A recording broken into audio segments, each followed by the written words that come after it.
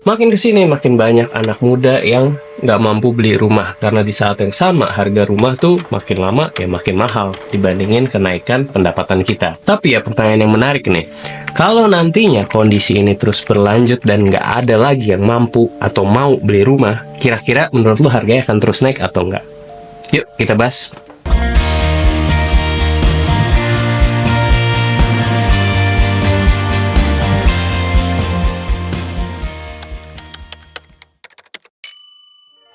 Properti rumah tinggal itu harusnya termasuk kebutuhan yang paling krusial. Karena kalau kita KPR, kita itu nyicil sambil pelan-pelan ngambil kepemilikan kita dari si bank. Semua orang tahu kalau di kebanyakan kota, makin panjang tenor KPR, makin terjangkau cicilan bulanannya dibandingin kalau kita nyewa. Dan dengan beli properti, harganya tuh di masa depan akan makin naik karena kepercayaan bahwa ya lahan tuh akan makin lama ya makin sedikit, yang otomatis akan ngebuat harga rumah itu makin tinggi. Sayangnya kalau lu termasuk di dalam 70% penonton channel ini yang masih belum punya rumah, itu mungkin karena memang lu belum mampu. Dan no offense, ini bukan sepenuhnya salah lu. Menteri Keuangan Ibu Sri Mulyani pernah bilang bahwa generasi muda ke depannya tuh makin lama akan makin gak mampu untuk beli rumah. Riset dari Datanesia juga bilang bahwa harga properti itu terus bertumbuh selama 5 tahun terakhir ini. Terus mau sampai kapan begini?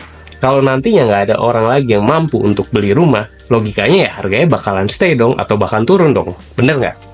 Salah. Gue nggak mau jadi influencer keuangan yang hobi banget nakut-nakutin orang dengan bikin video yang bilang pasar properti bakal ancur-ancuran atau semacamnya. Tapi menurut gue ada 3 alasan kenapa malah bisa kejadian ini tuh lebih buruk lagi di pasar properti sebelum akhirnya membaik. Alasan pertama, skema pembelian rumah itu diatur supaya banyak orang yang bisa beli. Caranya gimana? Down payment. Kita nabung itu bukan untuk beli rumah, tapi kita nabung itu untuk bayar DP. Dari riset Kompas, selisih pendapatan ideal dengan harga rumah tuh ternyata gap tuh sejauh ini. Dan ini tuh nggak cuma terlihat dari satu kota, tapi banyak kota. Dan umumnya DP untuk beli properti itu sekitar 20-30% dari total harga rumah. Dan memang benar, jumlah ini tuh lebih terjangkau buat kebanyakan orang dibandingin kalau kita harus beli 100% cash. Jadinya dengan skema down payment ini lebih banyak orang yang bisa ikut serta beli properti walaupun sisanya dicicil. Menurut Bank Indonesia, rata-rata kenaikan harga UMP itu sekitar 12,4% per tahun. Sedangkan rata-rata harga kenaikan properti itu rumah residensial itu sekitar 4,7% per tahun. Jadi hitungannya gini ya, misal gaji lu UMR 5 juta per bulan,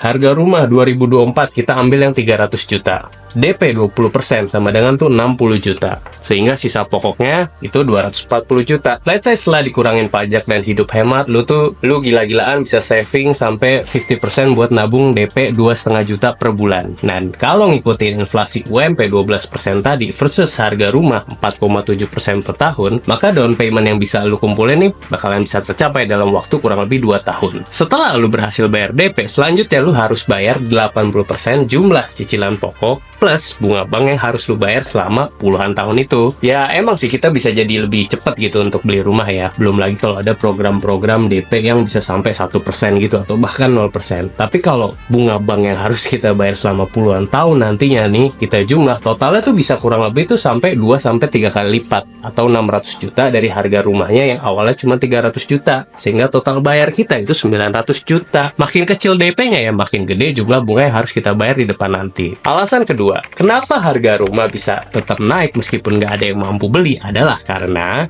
nggak ada yang mau jual. Menurut riset data industri, tren pertumbuhan industri properti di Indonesia tuh terus menurun semenjak tahun 2019. Meskipun tren pertumbuhan industri menurun, survei dari Bank Indonesia nih bilang bahwa meskipun melambat, indeks harga properti residensial atau IHPR ini terus naik. Hal ini bisa berarti bahwa ya harga properti residensial tuh terus naik meskipun secara pertumbuhan industri yang salah satunya diukur dengan tingkat penjualan properti ya terus menurun. Umumnya waktu tren industri properti menurun, ini tuh ada beberapa alasan kenapa para pemilik properti itu nge-hold dan nggak mau jual propertinya. Pertama, wait and see. Banyak pemilik properti yang milih untuk nunggu sampai permintaan beli dan harga properti naik. Supaya apa? Supaya mereka bisa tetap untung dari harga jual yang lebih tinggi nantinya. 2. Shifting ke sewa properti. Di waktu penjualan properti lesu, para pemilik tuh biasanya perang harga untuk ngasih harga sewa yang paling murah daripada harus menjual properti mereka dengan harga yang murah. 3. Biaya transaksi. Biaya transaksi penjualan tuh kayak komisi agent, pajak, biaya-biaya lainnya dalam pasar yang menurun tuh, besaran biaya ini tuh justru membuat penjualan tuh jadi kurang menguntungkan buat para pemilik properti. Dan di saat yang sama, para pembeli properti ini juga nge-hold, mereka nggak mau beli properti yang harganya itu makin lama makin mahal. Karena pastinya ya, selain biaya properti, mereka kan juga harus mikirin biaya-biaya lain yang naik, kayak biaya hidup, biaya pendidikan, biaya rumah sakit, dan masih banyak lagi, yang bikin purchasing power mereka atau daya belinya tuh semakin menurun dibandingkan kenaikan harga rumah. Hal ini juga yang akhirnya nimbulin tren generasi muda kayak millennials dan Gen Z ini makin lama ya, makin males buat beli rumah dan lebih milih untuk tinggal dengan orang tua atau mertuanya. Paling nggak sampai hari dimana harga properti ini udah lebih terjangkau. Alasan ketiga, ada 3 kategori pemain yang masih aktif dalam pasar properti yang lagi lesu ini. Kategori pertama, pemain yang punya cash gede. Kalau lu termasuk di dalam generasi baby boomer yang beli properti waktu dulu harganya masih belasan juta rupiah, ini adalah waktu yang sangat tepat untuk lu jual. Kalau memang lu mau pindah ke rumah yang lebih kecil dari rumah yang besar sebelumnya, sehingga ya kehidupan kalian jadi lebih minimalis. Waktu mertua gua jual rumahnya, dia tuh langsung dapat cash nih, yang langsung dipakai untuk beli rumah barunya. Hasilnya apa? Dia dapat diskon tuh sampai 20% lebih murah dibandingin harga awal karena belinya kan hard cash. Kategori kedua, pemain yang pilih pindah ke lokasi yang lebih jauh. Kalau kalian kerja di Jakarta, pasti kalian mikir ya harga properti udah nggak kebeli. Dan salah satu alternatifnya apa? Beli rumah di Depok, di Bogor, Parung Panjang, Tangerang, dan daerah-daerah sekitarnya. Kenapa? Ya karena harganya masih lebih terjangkau. Walaupun harganya juga makin naik gitu ya, tapi kenaikan tren penjualan ini juga tentu akan ngedorong harga-harga lokal di sekitar lainnya. Kategori ketiga, investor properti. Investor itu mostly cuman orang-orang yang peduli return on investment-nya dia.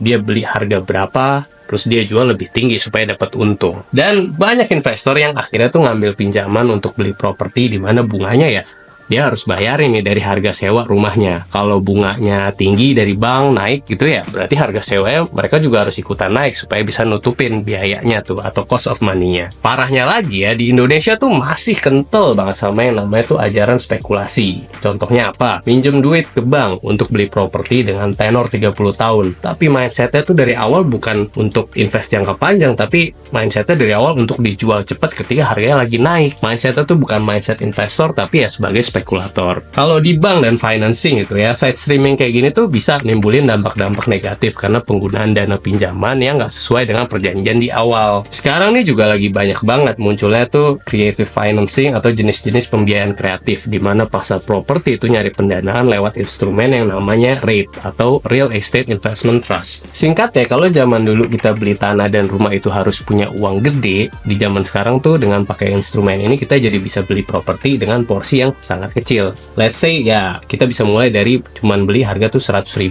dan kita udah bisa punya kepemilikan 0,000 berapa persen atas properti itu. Karena sifatnya yang mirip banget sama instrumen kayak semacam reksadana yang bisa dijual kapanpun melalui unit penyertaan, artinya sekarang siapa aja tuh bisa beli dengan modal berapapun untuk masuk jual dan beli properti.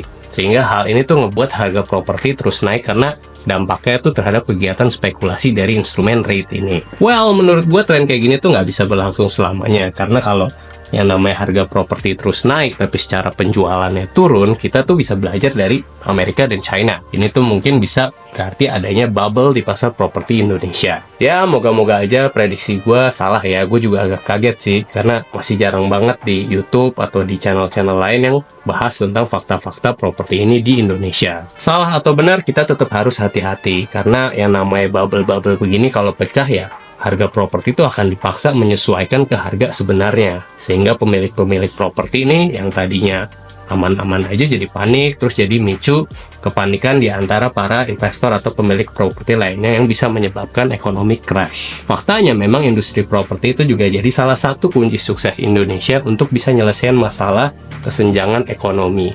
yang bermula tuh dari gap kekayaan antar generasi atau yang namanya generational wealth. So, sekian dari gue untuk video kali ini. Moga-moga bisa ngasih manfaat buat kalian yang masih bingung mau beli rumah sekarang atau nanti. Kalau lu punya pengalaman jual beli rumah plus suka dukanya di lapangan, please jangan hesitate untuk share pengalaman lu di komen di bawah. Oke, sehingga kita bisa saling sharing.